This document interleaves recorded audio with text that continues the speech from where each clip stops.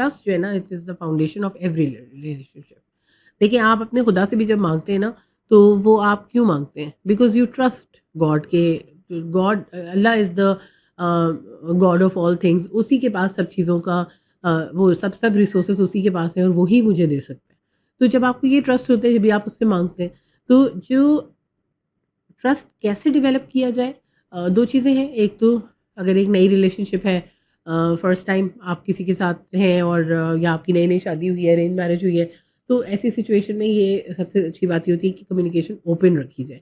अगर आप कोई भी चीज़ में आप क्यूरियस हैं, आपको नहीं समझ आ रही, try to formulate a good nice question so that you are curious without judgement और अनकंडीशनल पॉजिटिव रिगार्ड। अगर आप 2-3 चीज़ें एम्पैथी अपनी रिलेशनशिप में रखें, अनकंडीशनल पॉजिटिव रिगार्ड रखें, दूसरा बंदा जो भी कर रहा है उसको जज करने से पहले उससे सवाल कर लें, समझने की कोशिश करें, पूछ लें, तो इससे आपको आपके जो डाउट्स हैं वो क्लियर हो जाया करेंगे। आप अननेसेसरी आपको सोचना नहीं पड़ेगा, ओवरथिंकिंग नहीं करनी पड़ेगी। जब आप क्योंकि अगर जज करते हैं ना, तो सबसे पहले तो रिलेशनशिप कंडीशनल हो जाती है। जब आप जज करते हैं, आपकी आवाज़ में, आपकी टोन में, आपकी बात में पता लगना शुरू हो जाता है, आप सार्कास्टिक हो जाते हैं। तो जजमेंट चाहे आपने छुपा ली, आपने किसी को बताया नहीं कि मुझे क्या ख़्याल आया आपके बारे में या मैं क्या आपके बारे में सोच रहा हूँ, लेकिन आपकी टोन से, आपके बिहेवियर से, आपके डिमीनर से पता लगना शुरू हो जाएगा कि you are very judgemental towards that person.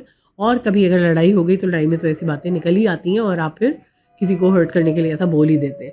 तो तीसरी चीज़, आप एम्पैथी रखें अपने अंदर कि दूसरे के शूज़ में जाके ज़रूर देखा करें।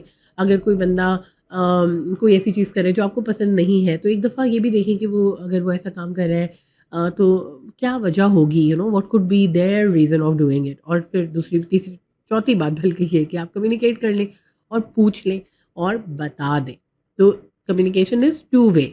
आप पूछ भी लें, दूसरे का पर्सपेक्टिव जो आपको समझ नहीं आ रहा उसकी ओपिनियन आप समझ लें और अपना जो आपके ख़्यालात हैं वो बता दें।